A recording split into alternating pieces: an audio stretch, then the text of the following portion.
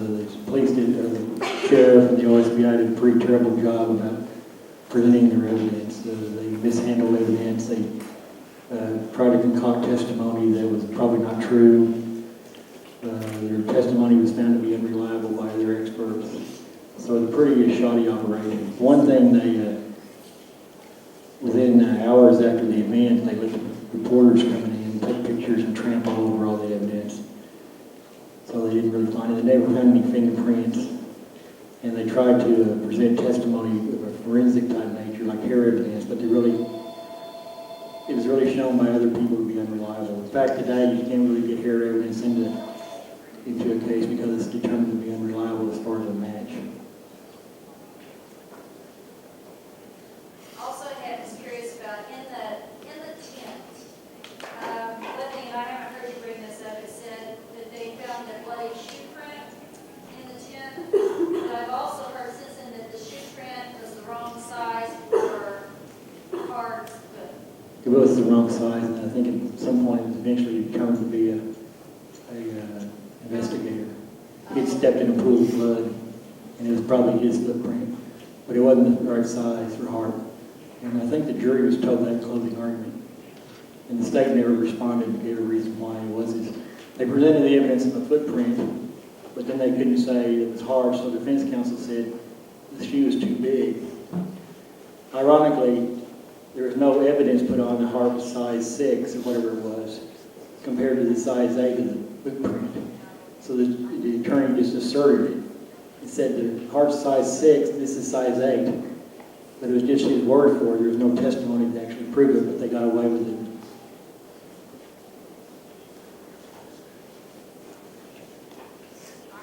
Question? Yes. How did nobody hear the girls screaming?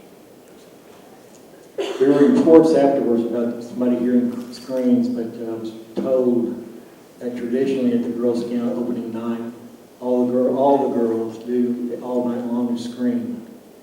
They're 10, 11, 12-year-old girls who've never been away from home. They're stuck out in the woods, and some of them are really frightened, so they scream. And then there's some that just scream. So a lot of the so-called screams and the cries in the night were just dismissed as part of the usual fare for opening night of the Girl Scout camp. There were reports about somebody crying to their mother, oh mama. Some of that was tried to be linked to the girls' tent, but a lot of the counselors said, we hear those all the time, just homesick kids. So they dismissed it as just usual, business as usual. And like I say, a lot of the people that were in charge were like 17, 18, 19 years old, and they were scared to be out in the woods too. So one girl reported some strange things. She kind of looked out her tent, shined a flashlight around. She got real scared, but she didn't go investigate it. She didn't go get help or anything. And part of that in my mind was she didn't want people to know she was scared, so she just went to sleep. And she was the one that found the bodies the next day.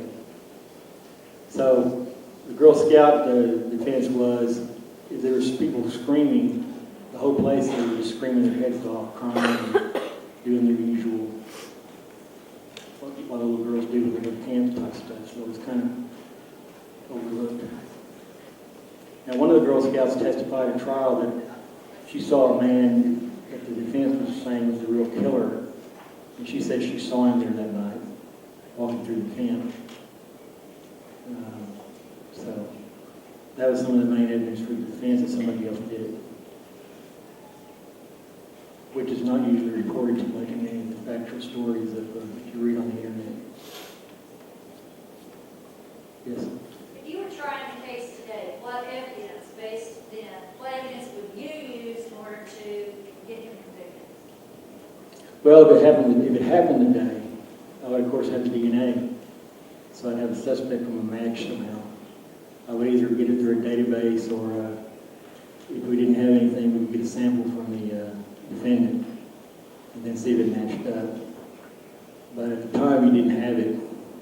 Well, let's say if you were at that time and you were trying the case, what would you have done differently, I guess, as far as the hair evidence, the footprint? Well, one thing I would do differently is the state argued that Hart acted by himself, and about 4 of the jurors reported later that the main reason they found him not guilty was they couldn't see how he acted by himself.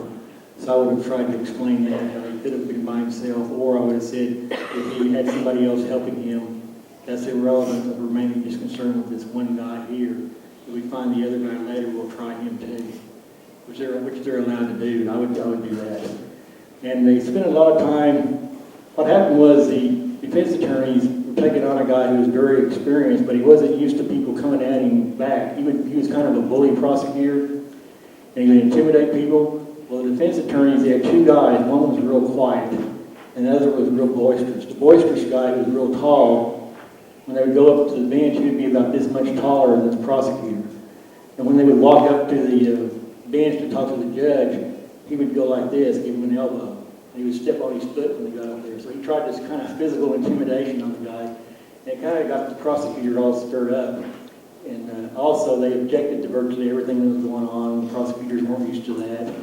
And so they got to be this rivalry between the main defense lawyer and the prosecutor. And so you had this little in-battle between personalities. And when the prosecutor got up to give his final argument after defense counsel had just given these brilliant closings, instead of getting up and talking about his evidence, he started talking about personalities. He said, I can't believe that they've done this to me. I can't believe that they've said this about me. I can't believe that they've said this about my witnesses. And he was basically just saying what an ornery scoundrel the defense counsel were. And if I was prosecuting, I would have stuck to the evidence and not let him do that. And I would have said, if somebody elbowed me, I would have said, I'd have elbowed him back, brought him enough for the judge to see it. And he said, what are you doing, Mr. McCoy? I would have said, I'm giving him back what you're giving me. And then he would have chastised us both. He said, stop doing it. But in this case, they didn't do so. The prosecutor was out of his hometown courtroom because he was a Tulsa County prosecutor who had been appointed as special prosecutor in this case. So he wasn't in his usual place where he got everything he wanted. He had a judge he didn't know about and what he would tolerate and all this kind of stuff. So it was a whole different ballgame for him. But the defense counsel's main strategy was, they told me, was to get the prosecutor rattled so he'd blow it. And in my opinion, he kind of did, because he got too wrapped up in the personalities of the case. Looked at it more of a battle of who was the best attorney rather than who had the best case. So the main thing I would have done was just stick to my case. Question? Yes? What were Hart's prior convictions? He had he pled guilty to 2 rape cases, and he'd been convicted of burglary on about 3 occasions. The rape cases, even though the people of the area knew about those, they would say, well, he was framed in those. Even though he pled guilty, they said he was framed. And then they said, besides, that was for adult women, it wasn't for kids.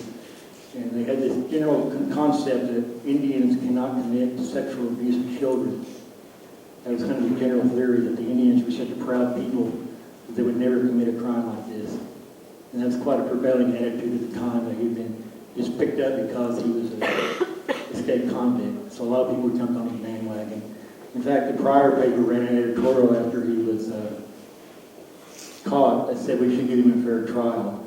And in the history of Oklahoma, I doubt there's ever been an editorial like that where somebody accused of killing 3 people with a prior record like his has had a newspaper come out and say, hey, let's give this guy a break, let's give him a fair trial.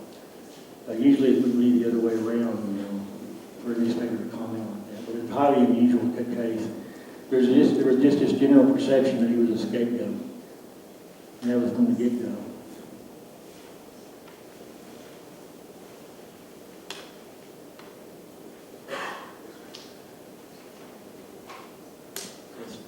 Based on what you know, do you think that he did it? My theory is kind of that somebody came to the area and then left and never came back. I don't really have any evidence to back that up. It's just kind of my belief. I believe there's 2 people and they just came to the area and then left. And I think they're dead now. Strangely enough, you usually have a case. People like to brag about this kind of thing, and then somebody else will report it, but nobody's come up and said, except for this guy who's going to make a movie, supposedly. Nobody's come up and said, oh, Joe told me that he was the perpetrator of the crime. There were a lot of people who confessed to the crime before and after the case, but for any reason they were found to be just crazy people. So do you think the evidence was planted, like the pictures and stuff in the cave? I mean, do you go that direction? There was evidence put on that. It became a big part of the case. And surprisingly, the prosecutor did a poor job of letting it. but the jury never said anything about that was a major factor in their case. It was just all strange evidence to me. I don't really give it much credence one way or the other. I find it kind of hard to believe somebody would plan evidence, but that sheriff, like I said, was What kind of about the crazy. glasses stuff? I mean, they found all those eyeglasses and stuff around there at the scene, and the fact that Taylor was known for stealing glasses, or, Well, he stole women's glasses, and he was caught. He was wearing what I call cat glasses. He had the pointy ends on them. When they searched that house where they found this stuff the first time, they didn't find them. They did another search. So that gave circumstantially that the evidence might have been planted in that case. All right, thanks. I've got some books up here. If anybody would like to buy them. Last hour I said they were $10, but I've dropped the price because y'all are so good. $5 a book if you want one. Thank you.